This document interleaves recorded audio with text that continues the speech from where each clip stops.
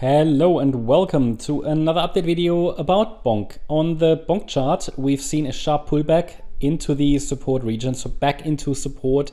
The support area is still the same as before, so we are still looking at a support zone for this white wave 2 in the region between 167,396 and 192,277.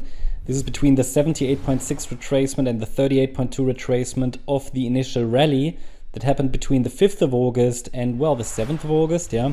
This swing high in wave 1. And then we're dealing with this A, B, C structure here now. And we're watching if wave C can find support before breaking below 167,396, because this would indicate a break of structure. What does it mean? Well, any wave 2 that breaks below the 78.6 retracement is likely going to fail. And it could emphasize more the yellow scenario that you can see there, which, however, I don't really like. I don't like the look of it, really, of that yellow scenario. The yellow count suggests that we could get easily one more low.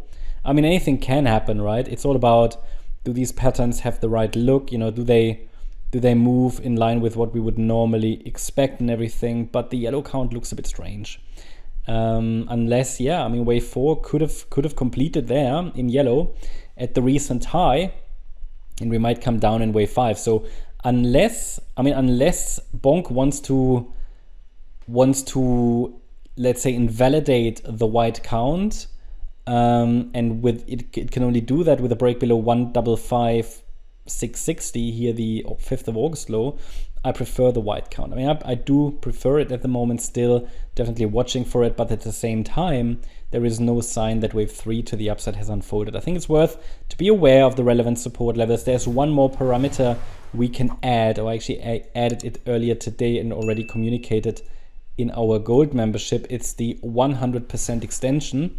The way to measure this is we take the length of the A wave down. This seems like a 3-wave move up in wave B.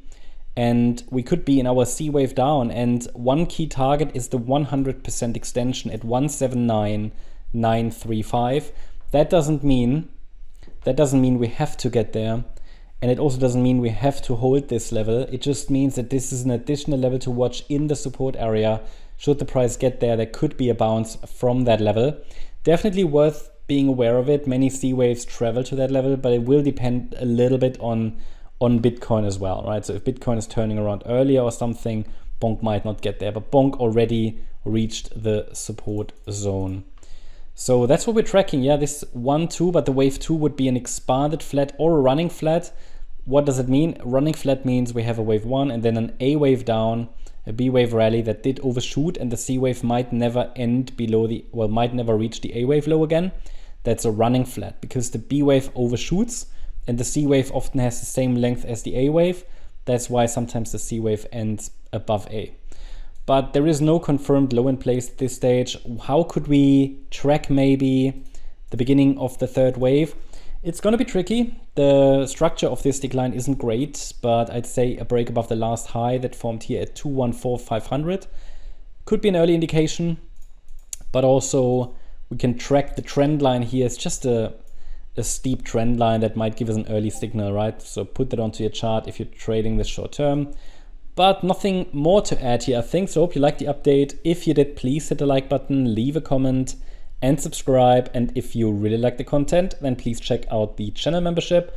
Also, make sure that you follow us on Instagram and Twitter for additional content. Thanks a lot for watching. Bye-bye.